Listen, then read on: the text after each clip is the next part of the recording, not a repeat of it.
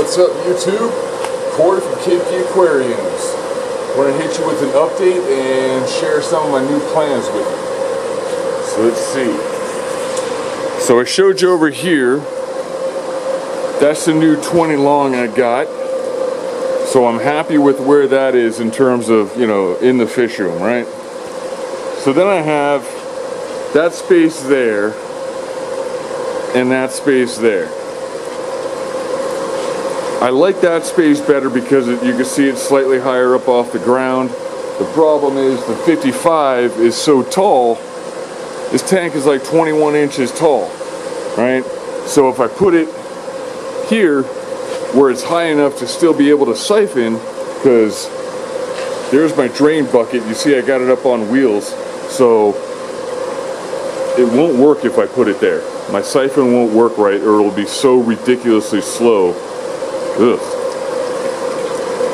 So that's my option, to put it there, but if I put it there, that leaves me that much space between the top of the tank and this, you know, so that's just going to be really tight, and I don't really like that. So this is forcing me to clean up this area, please don't mind my mess, and set up another rack similar to this right here.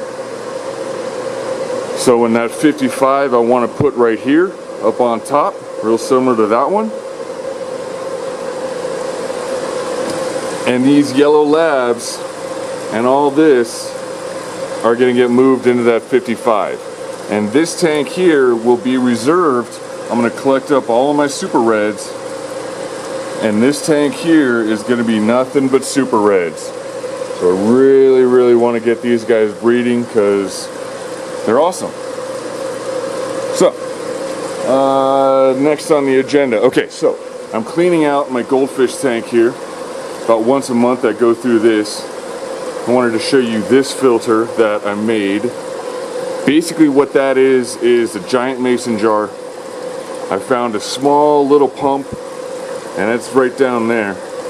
And that pump runs about 92 gallons an hour or so, and it was just small enough to fit in the mouth there. So what I did was I ran that tube right down into the mouth of that pump. On top of the pump I have a bag of ceramic rings like that, and then on top of that, see all that other foam in there? On top of that is this polyfill foam, right? So everything has to get sucked through that, through the ceramic rings, and then hits that pump and gets pumped right back out into the tank. So that is a surprisingly, albeit insanely ugly, a surprisingly effective filter. Okay? So also those bags of ceramic rings, I have those tucked in the back of this tank, right? Oh, you see I missed one. So watch what happens when I pull this thing out.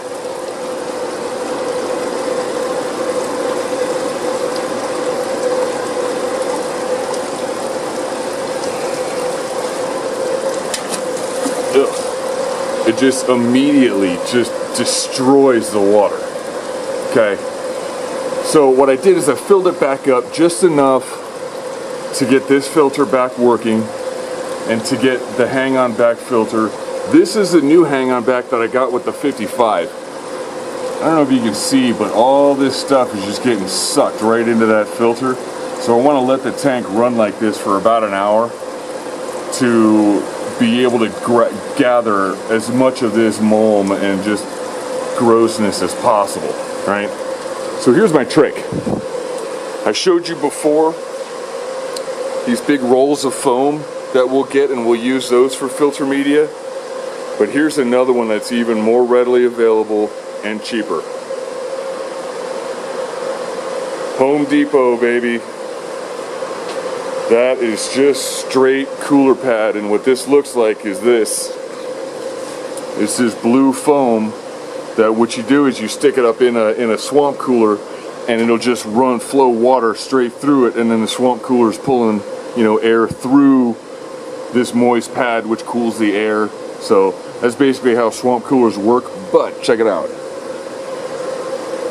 That's a window right there, and it's blocking almost all of the light. It is, I mean, you can see it's fairly, you know, porous, so water can definitely flow through it, but it's thick enough that it really collects a lot of stuff.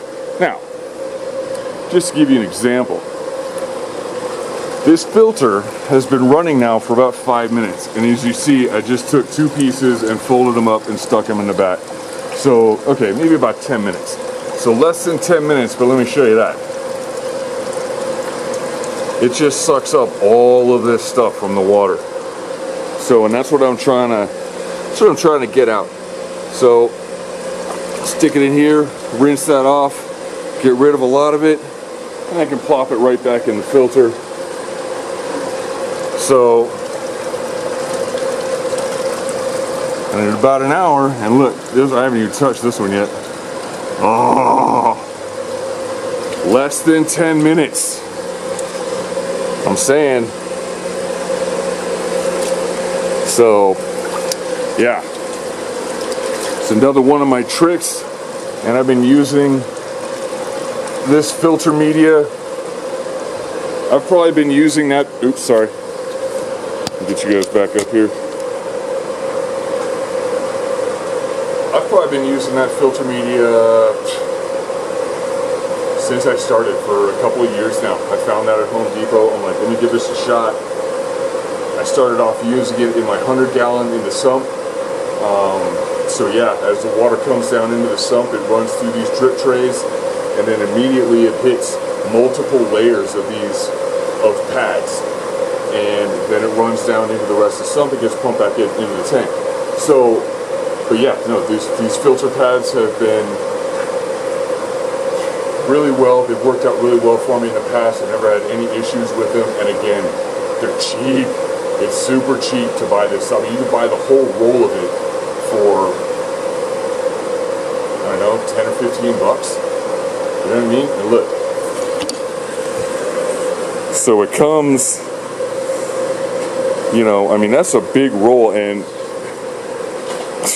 it's probably 2 to 3 times that size of a roll when you get it. So we had actually gone and ordered a bunch of this stuff online, and so we ordered a bunch of it because we have to get all of our swamp coolers back up and running for the summer, and now I have a ton extra of just scraps that we couldn't use in the swamp coolers for filters. So good thing I got a fish room. So yeah, here's my Tuesday tip for you. How's that? Thanks YouTube, Fish On. Thanks for watching.